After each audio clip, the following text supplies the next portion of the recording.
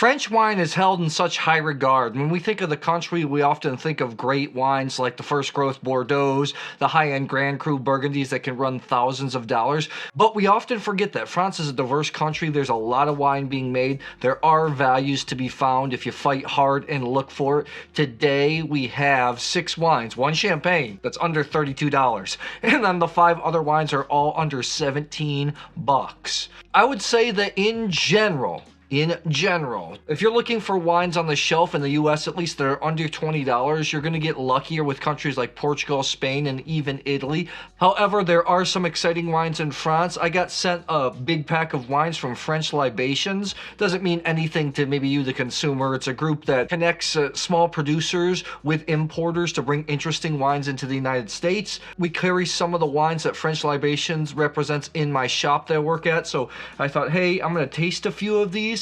Let's see what they taste like. I'm pretty excited because we don't have the typical grape varieties, the typical regions here. Some exciting wines besides champagne. We're going to start out with this. This is the Champagne Jean Noël Haton.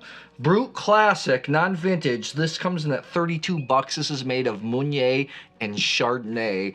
A lot of people say Pinot Meunier, but when you're in Champagne, they want you to say Meunier because recent studies show that it is not related to Pinot Noir like previously thought. I actually am a big fan of Meunier. I'm a big fan of Pinot Noir also in Champagne. Strange fact, even though people think of most Champagne as white sparkling wine, over 2/3 of the grapes planted in Champagne are red grapes. Meunier is not held in such high regard as Pinot Noir or Chardonnay, so if you can find Champagnes made of Meunier, you're going to get them at better price points.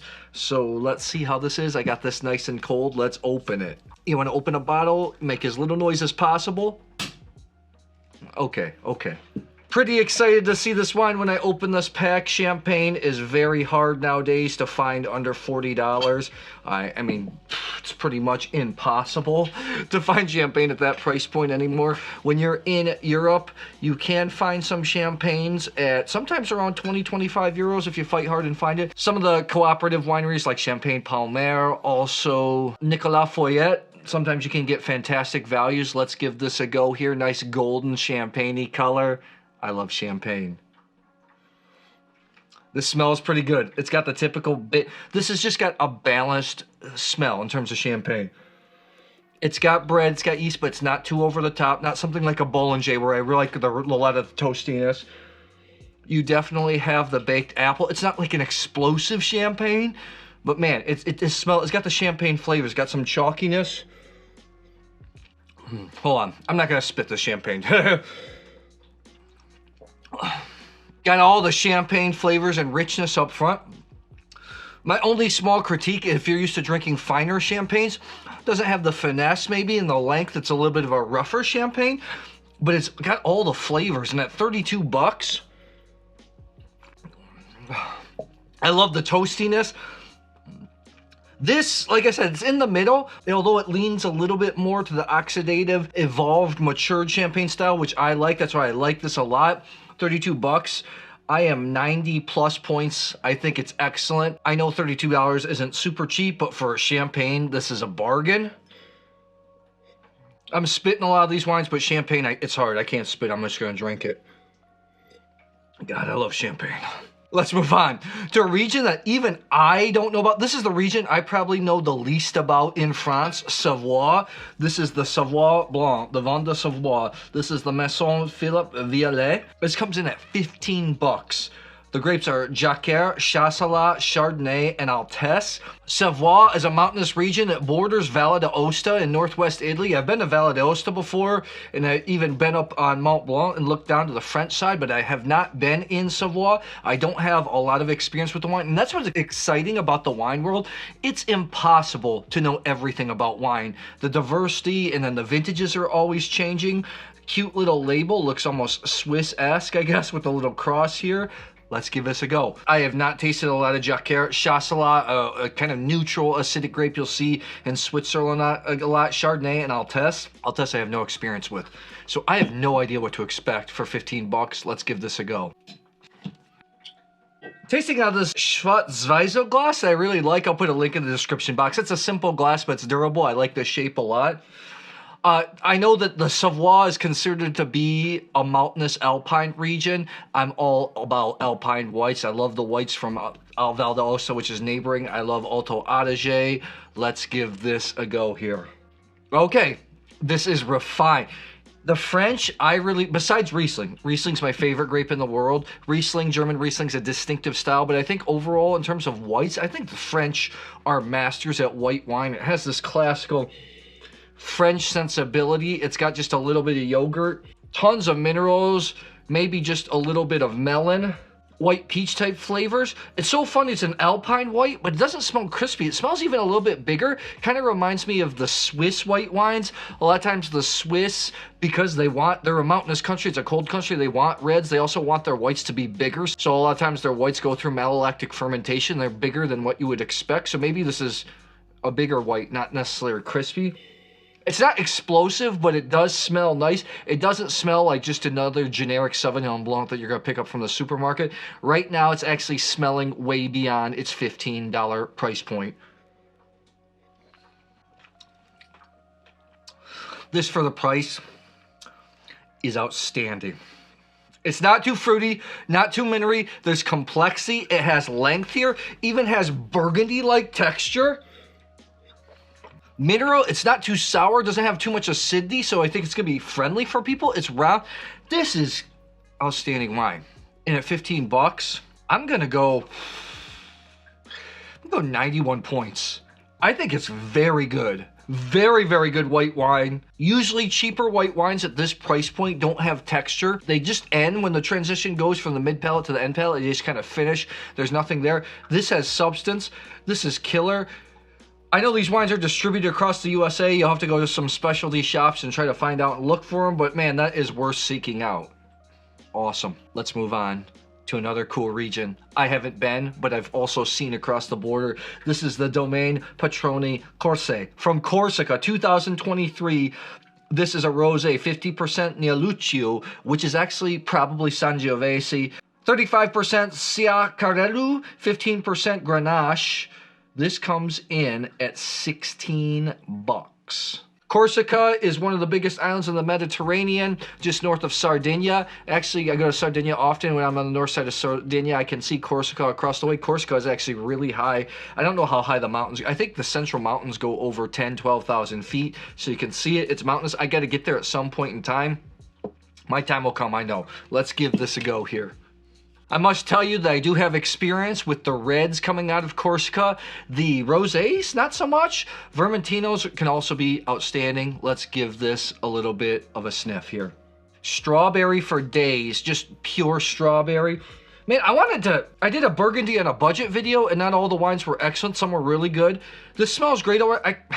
I don't want all the wines to be great just because they're cheap and stuff, but man, this video is not sponsored, by the way. French Libations just offered me samples, but man, strawberry, mineral for days, a little bit of watermelon, kind of that watermelon Jolly Rancher flavor, a little bit of creamsicle.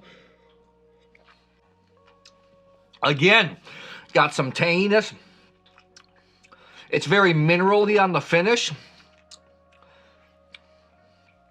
This is good rosé. Sometimes rosés also, again, I'm beating myself up. I'm beating a dead horse here. Whites and rosés at this price point nowadays, with the way that prices are going up, sometimes just don't have substance. They're just leaving me lacking a little bit. Again, they just finish quite short. This is complex. This is good. Love the flavors on this. I think it's outstanding. If I was a little critical, I want a little bit more of a finish. I'm 89 points on it though, maybe even close to the. I think if it was like in a competition and you knew what kind of price point it's at, I would probably give it a gold medal, maybe even move it into the 90 range. But for in the context of this tasting like this is a little bit different than competition tasting. I think I'm gonna give 89 points. I think it's outstanding. I think it's very good. This is a rosé. I want to drink in at 16 bucks.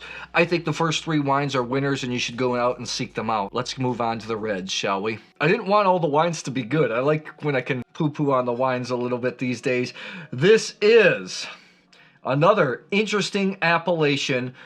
If any of you have ever tasted wines from Côtes du Rhône before, it's a little bit closer to Burgundy. It's considered part of Loire. It's a volcanic region. It's kind of out in the middle of nowhere. I have been there before. You get a lot of Gamay, Pinot Noir, Chardonnay, some other grapes. This is the Volcan de Verne Eruption Gamay. Puy de Dôme, that's the IGP, $16. This is 100% Gamay. You know, I had a couple of outstanding Gamays from this region before that were under 20 bucks.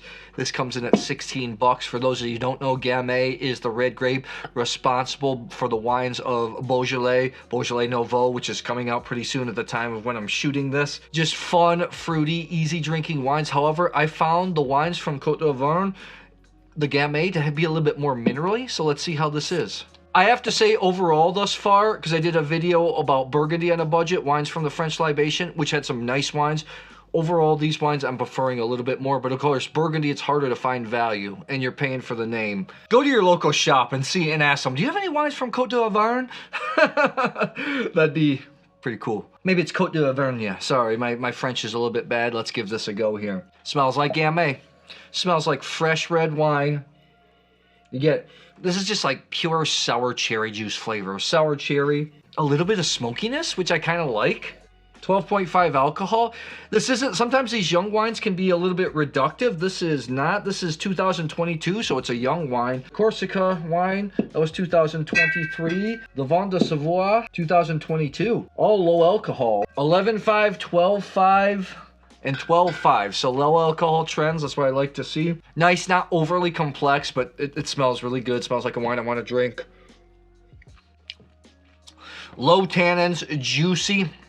There's a little bit of grip, a little bit of complexity. It's not just a simple wine. This is a wine I say chill down, bring to a party. Everybody's gonna like it because it's light, it's red fruit driven. Oh, some tannins do hit a little bit on the back end. So a little more serious than the price suggests. For me, some people might want a little bit more richness out of their wines. I really like this style. I'm gonna go 88 points on this. I think it's very good wine.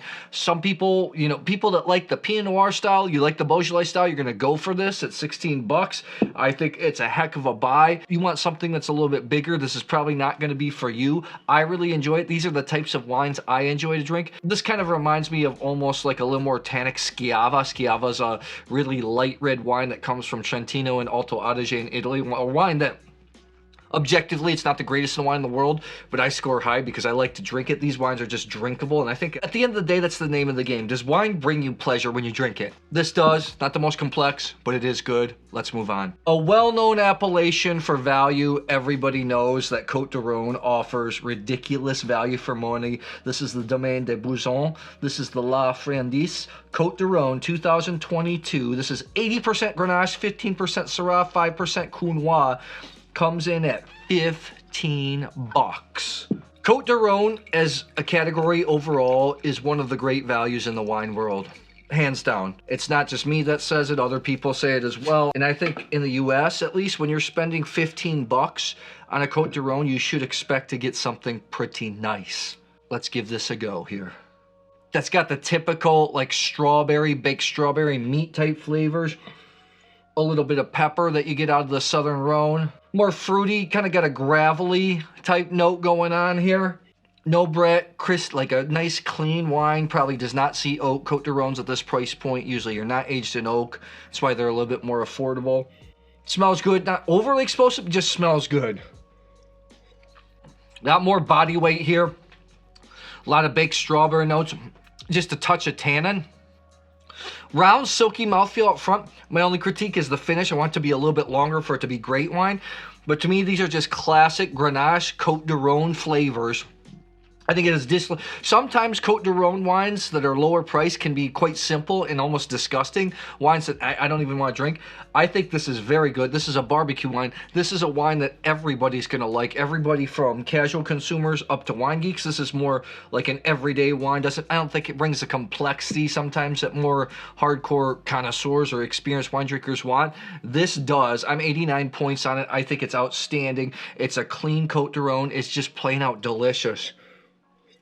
And if you can't find Côtes du Rhône, this Côtes du Rhône, you want good value for money, go to your local shop, Ask them, give me a really good Côtes du Rhône in the $15 to $20 range. I think you'll be surprised. There's also a lot of diversity because in Côtes du Rhône you can blend a variety of grapes and all the villages are a little bit different, so there is a lot of diversity. Let's move on here.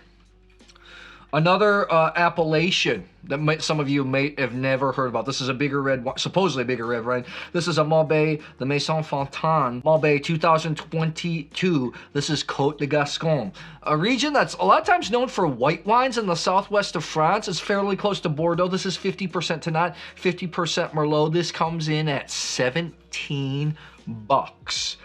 Tannat, a big, muscular grape. It's the star of the red wines of Mataran, which is actually nearby. You also use Merlot to soften it, like in Cahors. It's kind of nearby in France, which is basically Malbec, but they use Merlot to soften the wines a little bit. Let's give this a go. Côte de Gascon, it's so funny, at my shop I sell a lot of Gascon white wines, Sauvignon Blanc, Colombard blends. They're not super exciting wines, but they're crispy, just kind of well-made wines. I'm excited to see how this one tastes. This is going to be super interesting for me. Tannat's a big, tough, like a real man's man type of grape. Usually needs a lot of time in the cellar to soften the tannins because it can be a little bit rough. Let's give this a go, but we'll see here. Just dark blueberry flavors. Smells like Tannat. Doesn't smell too rough though. I got some blueberry, black cherry, maybe even a touch of pepper. It's not uber complex, but it smells fruity. Doesn't smell too massive. I got a little bit of violets coming in too. On the palate, for the money, this is outstanding, inexpensive, full-bodied French wine. You really feel the palate presence. The nose was not super expressive, but on the palate, you get a mouth coating. You get mouth coating flavors of leather, blueberries, black cherries, even a little bit of tannin. It's got grip, it's peppery, it's complex. I'm just gonna be a little hard. I want a little bit more of a finish. I kind of want to push it to 90. We're gonna stay at 89 points, but I think a lot of people are really gonna enjoy it. I think it's really, really good red wine, especially that price point. And it doesn't stereotypical. It has a Tannatness. Tannat has this leatherness, this blueberryness, which I like. Tannats can be sometimes overly tannic. This is not. It's got mouth coating, kind of grippy tannins, but they massage your palate really nice. I think that is really good at $17. So tell me, what country do you go to when it comes to value reds? What are some of your favorite value for money French wines? Me and everybody else in the comments would love to hear, so drop it down below.